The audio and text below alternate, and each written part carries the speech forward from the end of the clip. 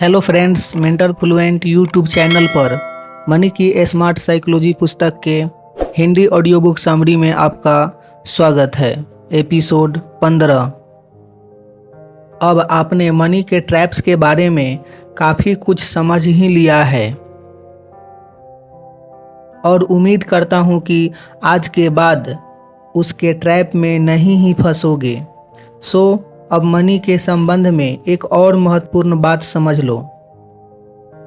जो मनी आपने अपनी मेहनत से अर्जित की है उस पर आपका पूरा नियंत्रण होना ही चाहिए।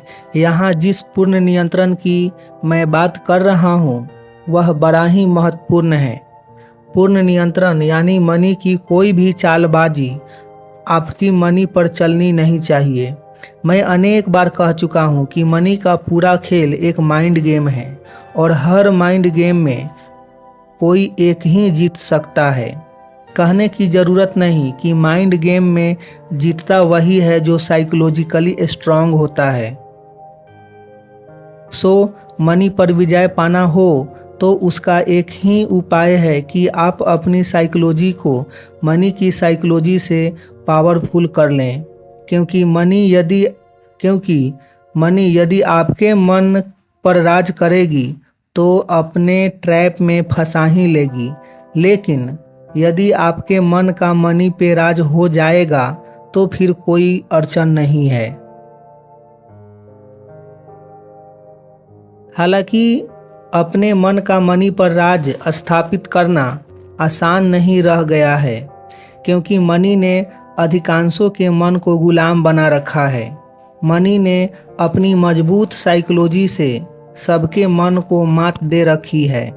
यही कारण है कि मनी यहाँ अपने मन के मुताबिक कोई खर्च नहीं कर पा रहा है।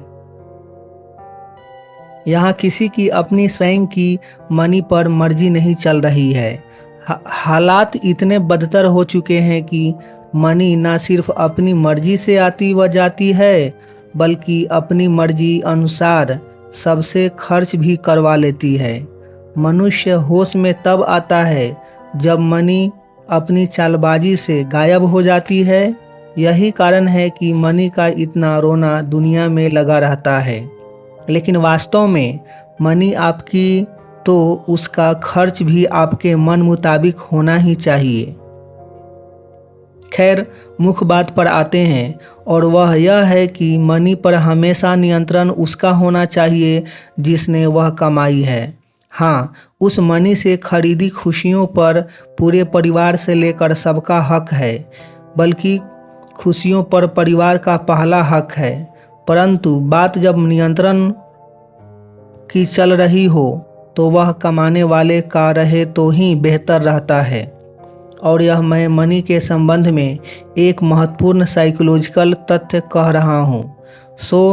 इस बात को पूरी गंभीरता से लेना, क्योंकि मैं पूरा जोर देकर कह रहा हूँ कि मनी पर नियंत्रण उसका होना चाहिए जिसने वह मनी कमाई है। इसका पहला कारण तो यह है कि जो कमाता है वही मनी की अहमियत भी जान सकता है। जो कमाता नहीं वह मनी की कीमत कभी समझ नहीं सकता है। और यहाँ मैं यह भी स्पष्ट कर दूं कि मनी कमाने वाले को इतनी आसानी से ट्रैप में नहीं ले पाती है जितनी आसानी से न कमाने वाले को। और ऐसे लाखों उदाहरण मिल जाएंगे जहाँ न कमाने वालों के हाथ में नियंत्रण होने के कारण मनी ने ट्रैप में लेकर परिवार के परिवार बर्बाद कर दिए। अतः मैं एक बार फिर जोर देकर कह रहा हूँ कि पत्नी की कमाई पर पत्नी का, बच्चों की कमाई पर बच्चों का तथा दादाजी की कमाई पर दादाजी का ही नियंत्रण होना चाहिए। हाँ, उस मनी से खरीदी जाने वाली खुशियों पर सबका अधिकार है। उस समय पूरा परिवार संयुक्त है, लेकिन मनी पर नियंत्रण सिर्फ और सिर्फ कमाने वाले का ही होना चाहिए। लेकिन प्रायः अधिकांश परिवारों में इसका उल्लंघन होता है तथा मनी इसी कारण भी लोगों को आसानी से ट्रैप में ले पा रही है। अब देखने जाएं तो मैं बड़ी सीधी बात कह रहा हूं कि जो मनी कमाता है वही मनी की अहमियत समझता है। ऐसे में नियंत्रण भी उसी का होना चाहिए जो मनी की अहमियत समझता हो।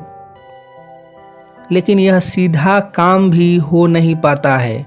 पत्नी ज़्यादा कमाए तो पति उस मनी पर अधिकार जमाने आ जाता है। पिता की मनी पर पुत्र तथा पुत्र की मनी पर पिता भी अधिकार जमाते ही हैं। बात परिवार की आपसी है, परंतु साइकोलॉजिकली खतरनाक है। पत्नी के पैसे पति के नियंत्रण में हो तो पति अक्सर फिजूल खर्ची पर उतर ही आते हैं। पिता के पैसों पर बच्चे अतिरिक्त अधिकार जमाने लगें तो वे उल्टे रास्ते जाना शुरू हो जाते हैं। अतः बात छोटी है परंतु महत्वपूर्ण है, इसलिए इसे पूरी गंभीरता से लेना। परिवार एक टीम है, इसमें कोई दो राय नहीं, पर टीम का कप्तान वह रहे जो बैट बॉल खरीद कर लाया है। यह नियम तोड़ोगे तो मनी आसानी से ट्रैप में ले लेगी, और मनी ट्रैप में लेगी तो पूरा परिवार उसमें पीसा जाएगा, और यह घर घर की कहानी है। सो इस पर गंभीरतापूर्वक गौर करना।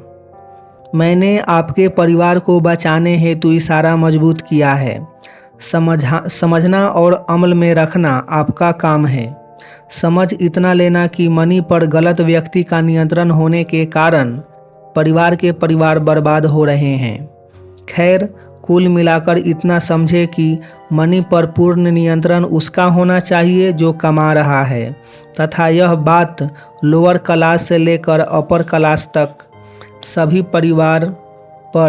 सभी पर बराबरी पे लागू है, क्योंकि मनी ट्रैप में लेते वक्त यह नहीं देखती है कि आप किस क्लास के हैं।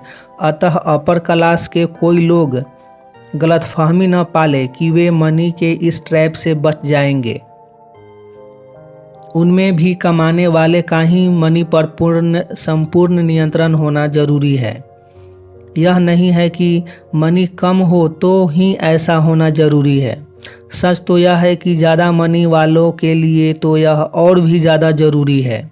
सोचो, यदि मनी इतनी ज़्यादा कमा ले कि खर्च कर ही न सके तो क्या करें? तो क्या फिजूल खर्ची करें? नहीं, वह तो कतई नहीं। मनी आज के समय में भगवान स्वरूप है। उसे कन्वर्ट कर आप लाखों चेहरों की मुस्कान खरीद सकते हैं। अतः उसका हर प्रकार का अपव्यय एक गुनाह है। ज़रूरत न हो, खुशियाँ न मिलती हो तो भी मनी को सिर्फ रुआब दिखाने हेतु खर्च करना, या फिर सिर्फ इसलिए खर्च ना कि मनी ज़्यादा है, यह मनी के परमात्मीय स्वरूप का अपमान है। यदि आज की तारीख में मनी इतनी मूल्यवान है तो फिर हर अतिरिक्त मनी पर इतना नियंत्रण होना ही चाहिए कि उसका किसी भी हालत में अपव्यय न हो। अतः जिनके पास मनी अधिक है उनकी तो और भी बड़ी रिस्पॉन्सिबिलिटी है। वहाँ तो कमाने वाले का मनी पर पूर्ण नियंत्रण होना बेहद ज़रूरी है। खैर, मनी को लेकर कहीं कोई गलतफहमी मत पालना। मनी से अपनी व अपनों की खुशियाँ बटोरना आपका पहला कर्तव्य है। मनी ज़्यादा कमाओ तो महंगी खुशियाँ खरीद लो, लेकिन जब मनी उससे भी ज़्यादा आ जाए तब मनी को लेकर और ज़्यादा रिस्पॉन्सिबल हो जाओ। अब बच्चों के लिए छोड़ के जाने की सभी की इच्छा होती है तो छोड़ के जाओ भी, पर सवाल यह कि कितना। एक बार फिर यह निर्भर करता है कि आपके पास मनी है कितनी, क्योंकि घर वगैरह बच्चों के लिए छोड़ के जाना ही चाहिए।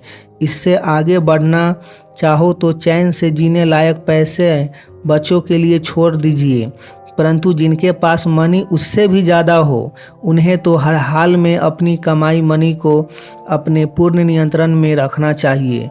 जितनी बच्चों के लिए छोड़ के जाना है छोड़ दो, तथा उससे ऊपर की अतिरिक्त मनी का अपनी आंखों के सामने मन मुताबिक व्यवहार करके जाओ, क्योंकि मनी से खुशियाँ बटोरना यह मनी को कन्वर्ट करने की पहली स्टेज है। लेकिन यदि मनी की अधिकता हो जाए तो फिर उस अतिरिक्त मनी से आत्मसंतोष खरीदना यह कमाने वाले का अधिकार है। उसके इस अधिकार के बीच में किसी को नहीं आना चाहिए। यह स्पष्ट समझ लो कि आत्मसंतोष मनुष्य का सर्वोच्च भाव है तथा कमाने वाले को उस भाव में जीने का पूरा अधिकार है। परिवार वालों को अपने निजी लोभ के कारण किसी के इस अधिकार को नहीं छीनना चाहिए। खैर, अब सवाल उठता है कि यह आत्मसंतोष होता क्या है तथा मिलता कैसे है। तो यह स्पष्ट समझ लो कि आत्मसंतोष सिर्फ दूसरे के लिए कुछ करने पर ही मिल सकता है। हाँ, वैज्ञानिकों तथा कलाकारों के लिए आत्मसंतोष पाना बहुत आसान है।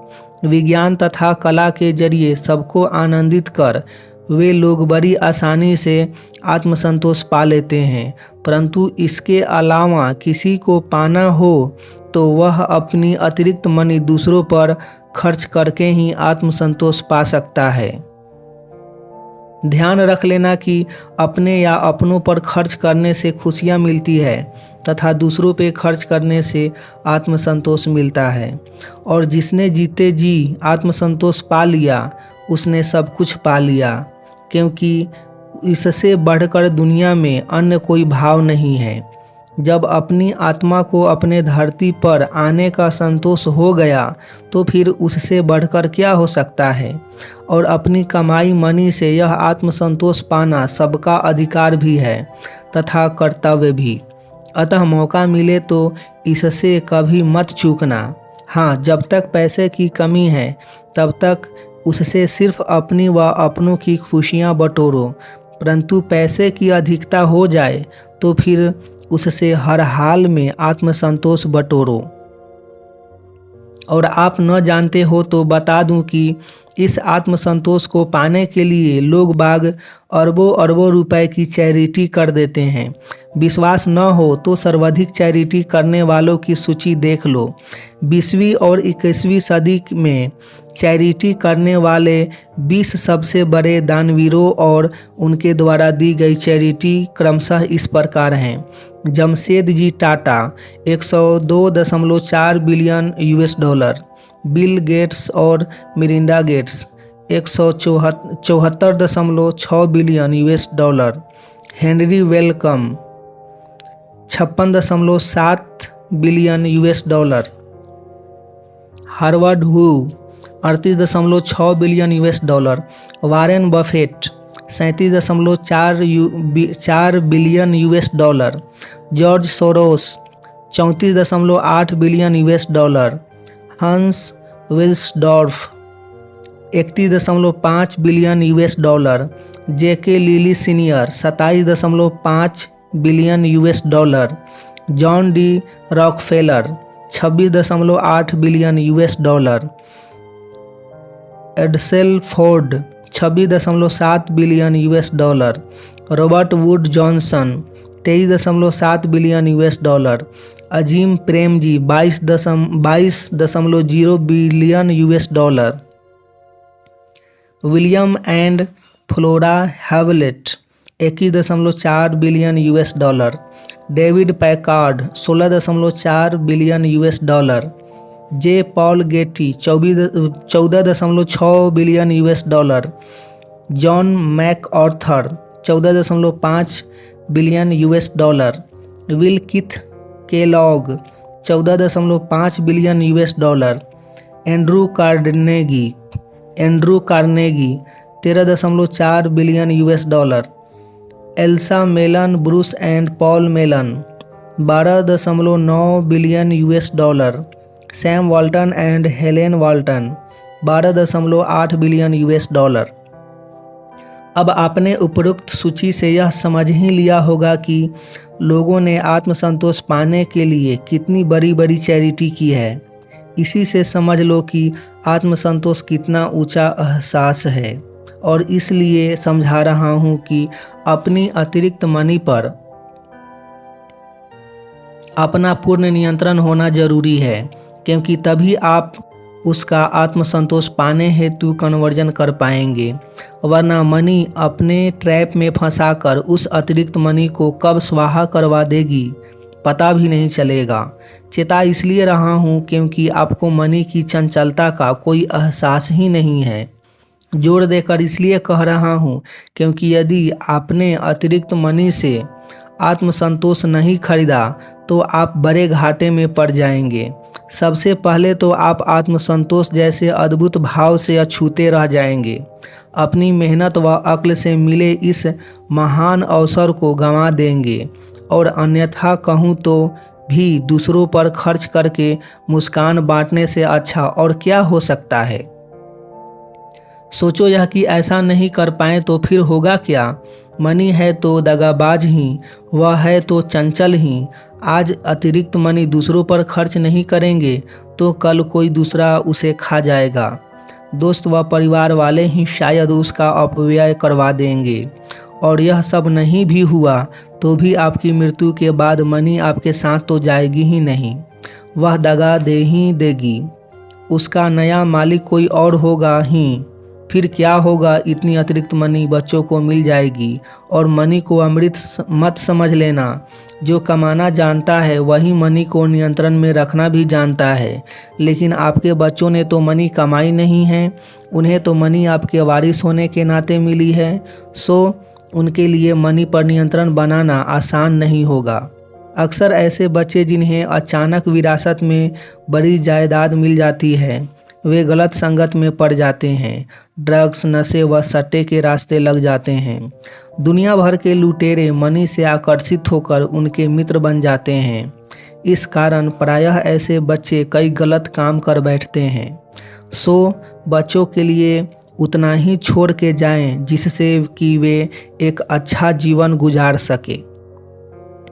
यदि आप ज़रूरत से ज़्यादा बच्चों के लिए छोड़ के जाते हैं तो यह स्पष्ट समझ लेना कि आप उनका जीवन बिगाड़ रहे हैं। और चूंकि बच्चों से आपको प्यार है इसलिए मुझे यकीन है कि अब आप ऐसी गलती नहीं करेंगे। कुल मिलाकर पूरी बात का सार यह है कि मनी जीने का सहारा है। अतः अपनी कमाई मनी को खुशियों में कन्वर्ट करते जाओ। ज़्यादा कमाओ तो और बड़ी खुशियाँ खरीदो, पर यह तय करो कि आपका कमाया अपने व अपनों की खुशियां हेतु ही खर्च हो। परंतु यदि खुशियां बटोरने से ऊपर की मनी आ जाए तो फिर उससे सिर्फ और सिर्फ आत्मसंतोष खरीदो, चाहे जो हो जाए। यह तय कर ही लो कि सारी अतिरिक्त मनी का पूरा लेखा जोखा बनाकर ही दुनिया छोड़ेंगे। जितनी बांटनी है बांट दो, जितने की चैरिटी करनी है उतने की चैरिटी कर दो, पर यह कार्य अपने हाथों करके जाओ। क्योंकि जितना इस दुनिया में चैन से जीना महत्वपूर्ण है उतना ही महत्वपूर्ण इस दुनिया को चैन से अलविदा कहना भी है। चलो इतनी बात चली है तो एक बात और कह दूं, और यह जो बात मैं आपको अभी बताने जा रहा हूँ वह स्पिरिचुअल साइकोलॉजी है। यह बड़ी ही महत्वपूर्ण बात है, सो ध्यान से समझ लेना। और उसे समझने हेतु यह बताओ कि क्या जीवन आपका है, क्या यह शरीर आपका है। यदि यह सब आपके हैं तो इतना बताओ कि क्या आपने अपनी मेहनत व प्लानिंग से यह जीवन तथा यह शरीर पाया है। यदि नहीं तो फिर न जीवन आपका है और न शरीर, तो यह किसका है। निश्चित ही जिसने दिया है उसका है, यानी प्रकृति का है। चलो जीवन व शरीर प्रकृति का है, यह तो सिद्ध हो ही गया। परंतु मुख्य बात यह कि उस पर नियंत्रण तो आपका है। तो फिर ऐसे में आपका कर्तव्य क्या बनता है, यही कि जीवन को प्रकृति का ट्रस्टी समझकर जियो। अपने शरीर व अपनी प्रतिभा दोनों का स्वयं को ट्रस्टी समझो। मालिक प्रकृति को ही जानो। यह जीवन जीने का सीधा व सच्चा स्पिरिचुअल उपाय है। खैर, अब यह बताओ कि एक अच्छा ट्रस्टी कौन है। वह जो मालिक की इच्छा पूरी करे। अब चूंकि हमारे जीवन व शरीर की मालिक प्रकृति है तो ऐसे में यह जानना ही रहा कि प्रकृति की इच्छा क्या है। प्रकृति की एकमात्र इच्छा मनुष्य की खुशी व प्रगति है। सो बस सच्ची स्पिरिचुअलिटी कहती है कि प्रकृति की यह इच्छा पूरी करो। सबसे पहले अपनी खुशी व प्रगति हेतु अपने शरीर व अपनी प्रतिभा को लगाओ। फिर परिवार से लेकर अन्यों की खुशियां निश्चित करो तथा अपनी प्रतिभा के बल पर उससे उस पर उससे ऊपर का जो कुछ भी पाओ उसका स्वयं को ट्रस्टी बना लो तथा फिर उससे प्रकृति के अन्य बंदों की खुशी व प्रगति सुनिश्चित करो। कुल मिलाकर एक ऐसे सच्चे ट्रस्टी बनो कि अपनी ज़रूरत से ऊपर का जो कुछ भी है सबका मालिक प्रकृति को मानो। बस इतना कर लो। मैं वादा करता हूँ कि इस संसार में विदाई ऐसे आत्मसंतोष से होगी कि मज़ा ही आ जाएगा। और यह सब करने हेतु अपनी मनी पर अपना पूर्ण कंट्रोल होना ज़रूरी है। मनी का आपके मन पे शासन होगा तो आप इसमें से कुछ नहीं कर पाएंगे, न खुशियाँ बटोर पाएंगे और न आत्मसंतोष पा पाएंगे। आपकी मनी पर परिवार वाले अधिकार जमा रहे होंगे तो भी इसमें से कुछ नहीं हो पाएगा। इसलिए मनी के संपूर्ण नियंत्रण पर मैं इतना जोर दे रहा हूँ। कुल मिलाकर कहूँ तो खुशियाँ पाना हो तो भी तथा आत्मसंतोष पाना हो तो भी मनी का मालिक होना जरूरी है। 100 बातों की एक बात तो यही है कि मनी के गुलामों को न तो कभी खुशियाँ ही मिलती है और न ही आत्मसंतोष। उम्मीद है कि आप मनी के मालिक बनकर दिखाएंगे। मिलेंगे नेक्स्ट वीडियो में, नेक्स्ट एपिसोड में। तब तक अपना ढेर सारा ख्याल रखिए, लाइफ को एंजॉय कीजिए, मस्त रहिए। आपका कीमती समय देने के लिए आपको बहुत बहुत धन्यवाद।